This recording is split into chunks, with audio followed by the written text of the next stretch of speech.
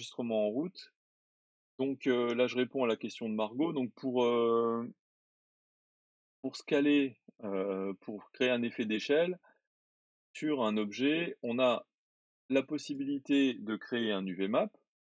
Donc comme ceci, je me mets en mode édition, je sélectionne tout.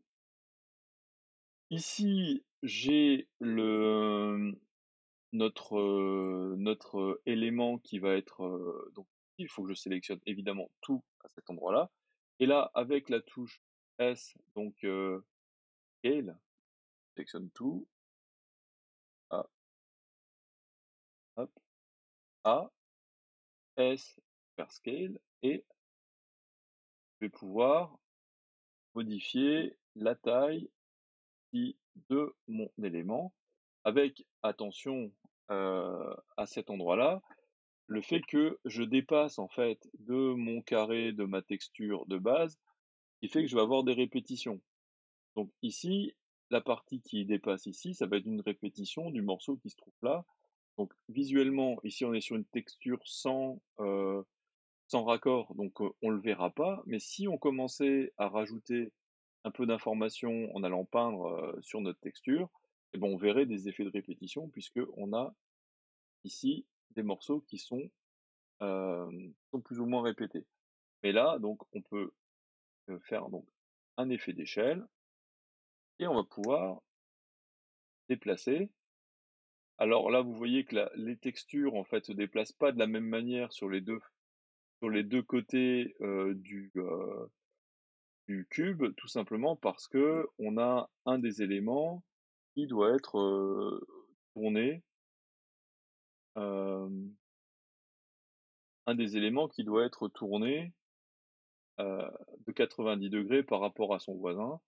Donc là, par exemple, si je tourne de 80 ou de 180 degrés même,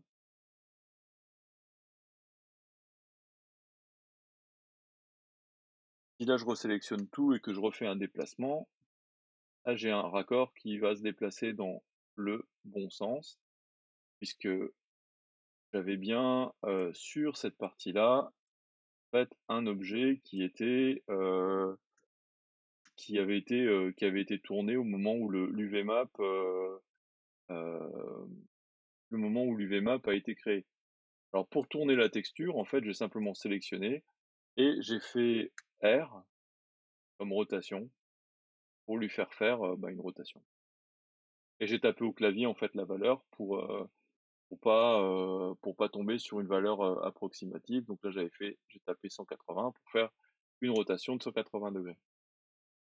Donc ça c'est notre possibilité au niveau de notre de la gestion de notre texture.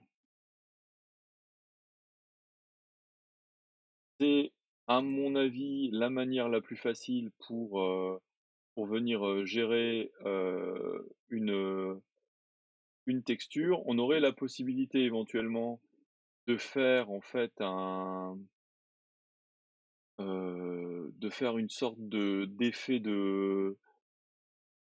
d'homothétie en fait, en intercalant un nœud mathématique entre euh, un, un nœud de manipulation de vecteurs entre cet élément-là et les nœuds de placement de texture. Mais à ce stade-là, c'est beaucoup plus compliqué et il vaut mieux passer par un UVMap qui rendra l'effet, enfin le système beaucoup plus simple. Alors, que, pour continuer un petit peu sur les nodes, on a la possibilité de faire des effets, par exemple sur la couleur. Si on va avoir des possibilités de gérer des nœuds qui vont nous permettre de modifier la colorimétrie. Ça, c'est assez intéressant parce que on peut tomber sur une texture ou on peut avoir une photo, par exemple, d'une texture qui n'est pas exactement de la couleur que l'on souhaite avoir dans notre rendu. Et pour ça, au niveau des nœuds, ici, on va pouvoir gérer, par exemple, ici, je vais prendre un nœud brightness contrast. Donc là, par exemple, je peux augmenter la luminosité de mon élément et le contraste exactement comme, on le ferait dans Photoshop.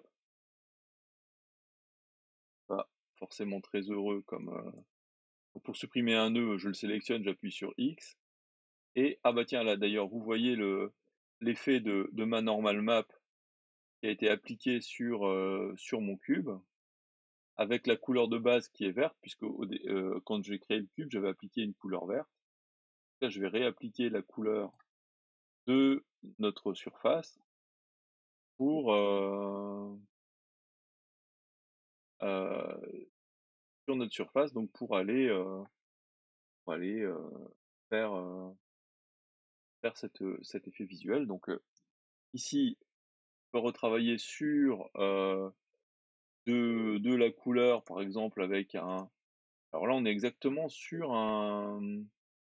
sur, ce que l'on ferait dans Photoshop puisque on va pouvoir changer la couleur dans la roue de couleur,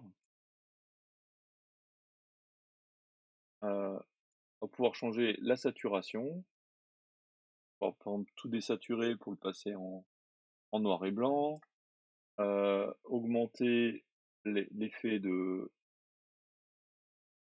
valeur. Donc là, par exemple, je suis passé sur, j'ai une sorte de mur de vieux châteaux, tout gris et passé par le temps, heu et heu et aussi jouer ici sur le facteur d'application de l'effet. Donc on a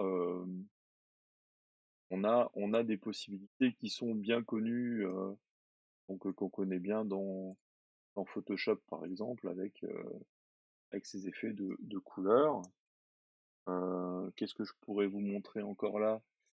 Hem, Bien sûr, on peut inverser, on peut retravailler le gamma.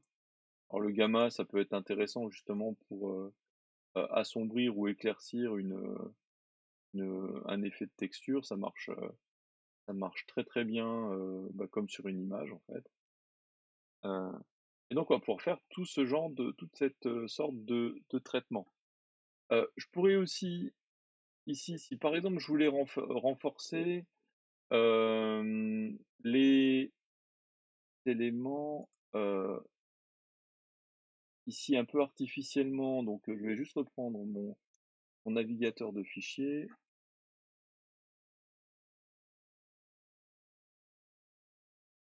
Hop, hem, rien du tout. Non, bah, je vais aller le chercher, l'écran est trop petit. Je vais aller le chercher directement. Ici, je pourrais aussi vouloir, artificiellement renforcer un petit peu l'effet d'ombre qu'on a sur le bord et donc ça s'appelle, l'ambient occlusion. Dans la texture j'ai, donc là je remets une texture image ici. Je vais aller la chercher sur mon disque dur heu, donc dans documents, hop,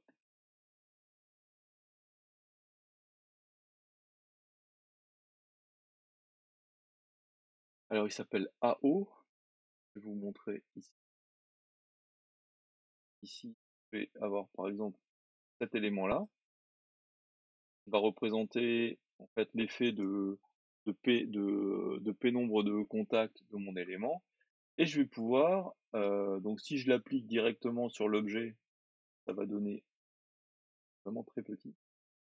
Si j'applique directement sur l'objet, ça va donner ceci, donc c'est une image en noir et blanc où je vois que mais ça m'accentue en fait, le relief.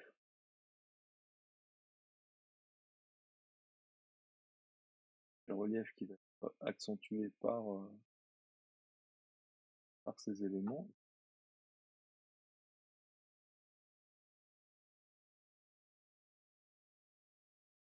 Voilà. Et donc là, en fait, je vais ajouter un nœud.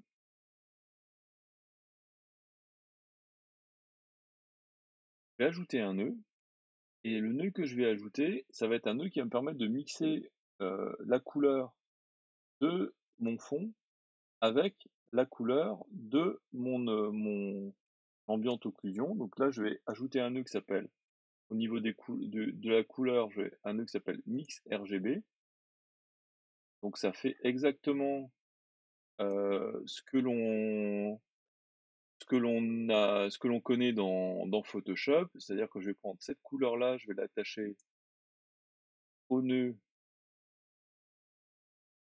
couleur 1, cet élément-là que je vais attacher au nœud couleur 2, et avec le facteur, je vais pouvoir dire qu'est-ce qui... Alors si je mets tout à droite, en fait, je vais avoir 100% de mon élément ici numéro 2, et si je mets tout à gauche, je vais avoir 100% de mon élément numéro 1.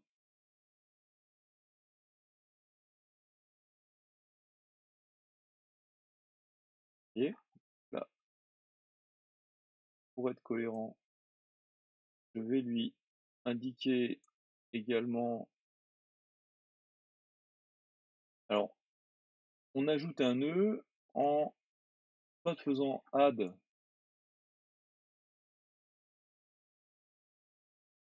soit en faisant add ici, soit majuscule A comme pour ajouter un objet dans l'interface 3D. Et là où ce nœud mix va devenir intéressant, c'est qu'il va se comporter vraiment comme des fusions de calque dans Photoshop, c'est-à-dire que je pourrais simplement lui dire que je vais augmenter, par exemple, la saturation, ou je vais utiliser pour dire que j'ai un multiply, ou alors je vais utiliser pour assombrir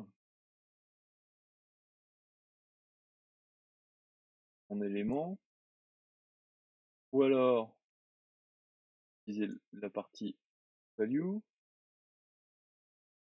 saturation. Vous voyez, en fait, les effets sont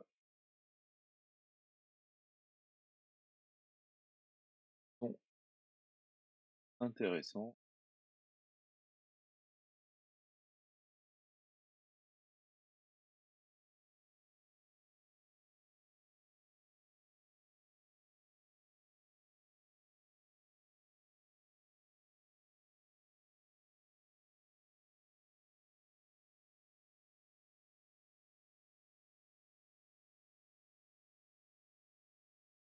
Et donc j'obtiens des effets, en fait, qui sont des effets de calque, et qui vont nous permettre de gérer notre image pour obtenir plus ou moins de qualité. Et là, en fait, je suis en simple prévisualisation, c'est-à-dire que j'ai aucun rendu d'image dessus. C'est-à-dire que là, je passe en mode rendu, en mode prévisualisation. Là, on pourrait très bien se servir de ça pour avoir un effet qui serait bon pour une présentation, ou même un rendu temps réel avec une vitesse de manipulation qui est tout à fait satisfaisante pour le rendu. Si je passe en mode rendu avec le moteur de rendu Eevee, vous voyez que là on manque un petit peu de lumière, je vais mettre un petit peu plus de lumière. Avec le moteur de rendu Eevee, on a un rendu qui est tout à fait acceptable sur un type de mur comme celui-ci, pour un rendu architectural où on sera sûrement en général vu de relativement loin. Et si je passe sur un moteur de rendu type Cycle, là un peu plus lent, mais malgré tout, des éléments qui sont intéressants.